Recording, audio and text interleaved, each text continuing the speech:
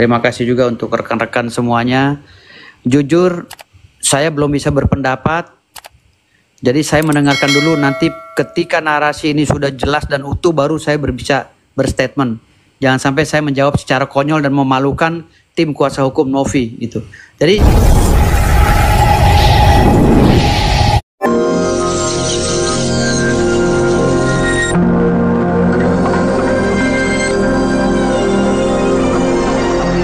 lagi di luar Komal ini.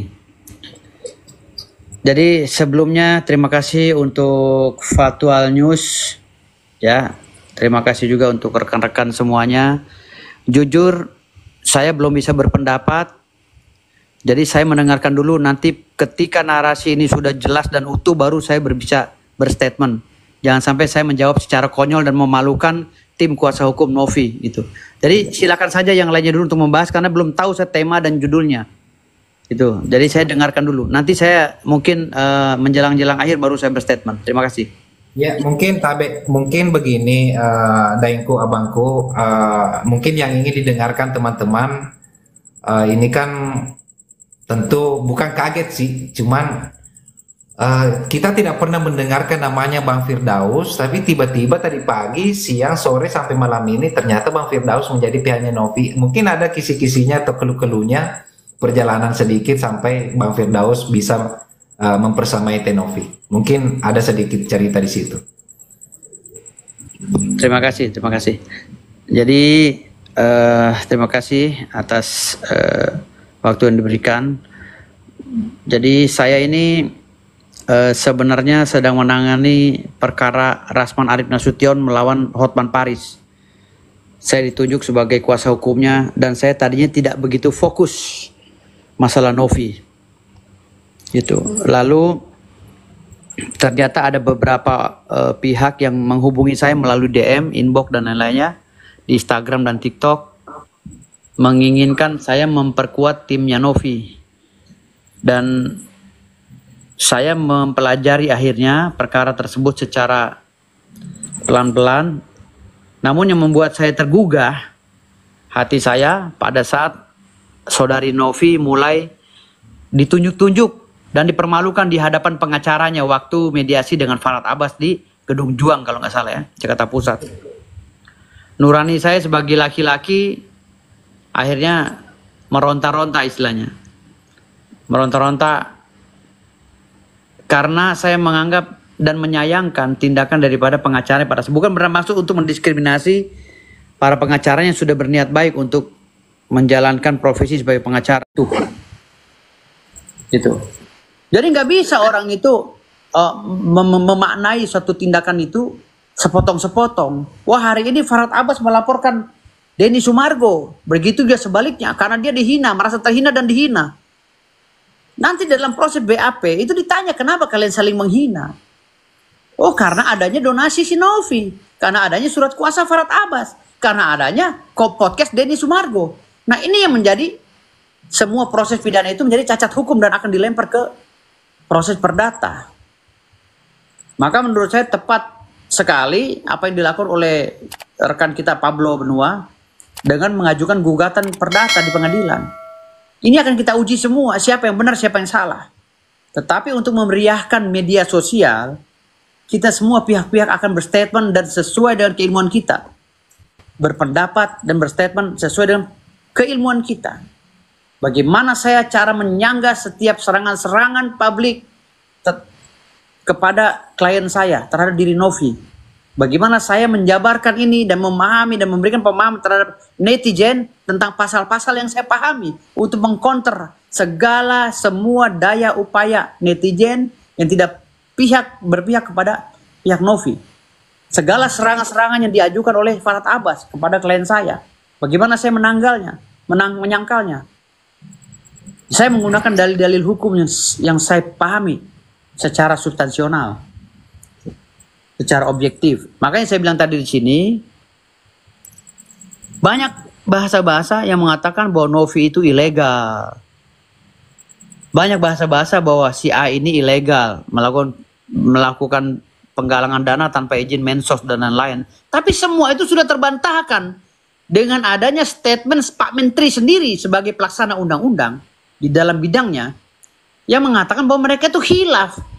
Selama ini belum utuh dan belum penuh melakukan sosialisasi tentang Permensos tersebut. Sehingga banyak masyarakat yang memiliki yayasan tidak mengikuti aturan Permensos, yang harusnya ya penggalangan donasi di atas 40 juta itu harus ada izin Mensos atau Dinsos. Tetapi itu tidak dilakukan oleh para pemilik yayasan, sehingga ini liar. Dan itu diakui oleh Menteri. Kalau maka tindakan perdata maupun pidana sudah cacat hukum apabila kita tempuh jalur itu. Karena itu udah murni mutlak, pernyataan Menteri itu sudah mengakui bahwa uang itu adalah uang yayasan yang akan digunakan untuk pengobatan Agus. Nah, Agus ini harus rendah diri. Agus harus rendah diri, mau berdamai dengan Novi dan mau berobat sesuai dengan peraturan. Nggak liar seperti itu, minta duit gue, kata Agus. Itu duit gue, nggak bisa seperti itu. Ini uang yayasan yang telah masuk ke rekening yayasan secara de facto dan de jure.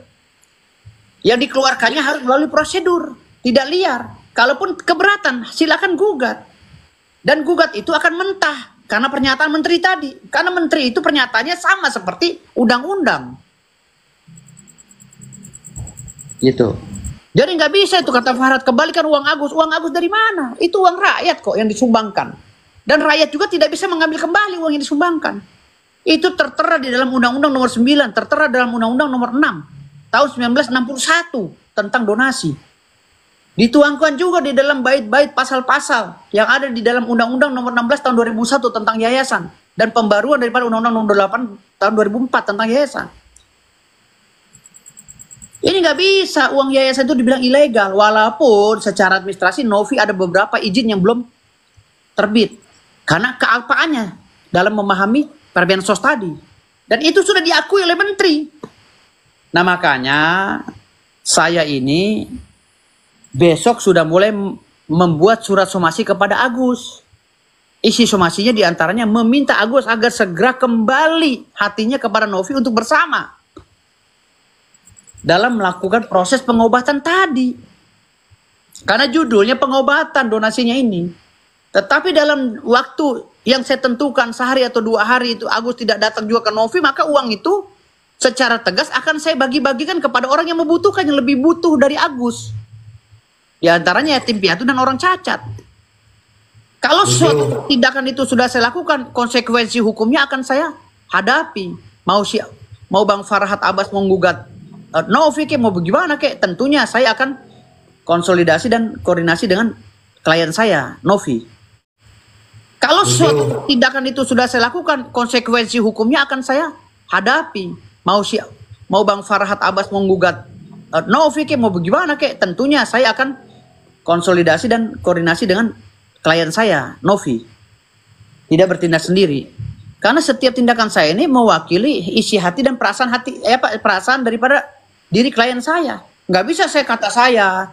Misalnya Brian kemarin ngajukan klausul-klausul dalam isi perjanjiannya itu memberatkan Novi, tidak menanya kepada Novi, itu salah juga.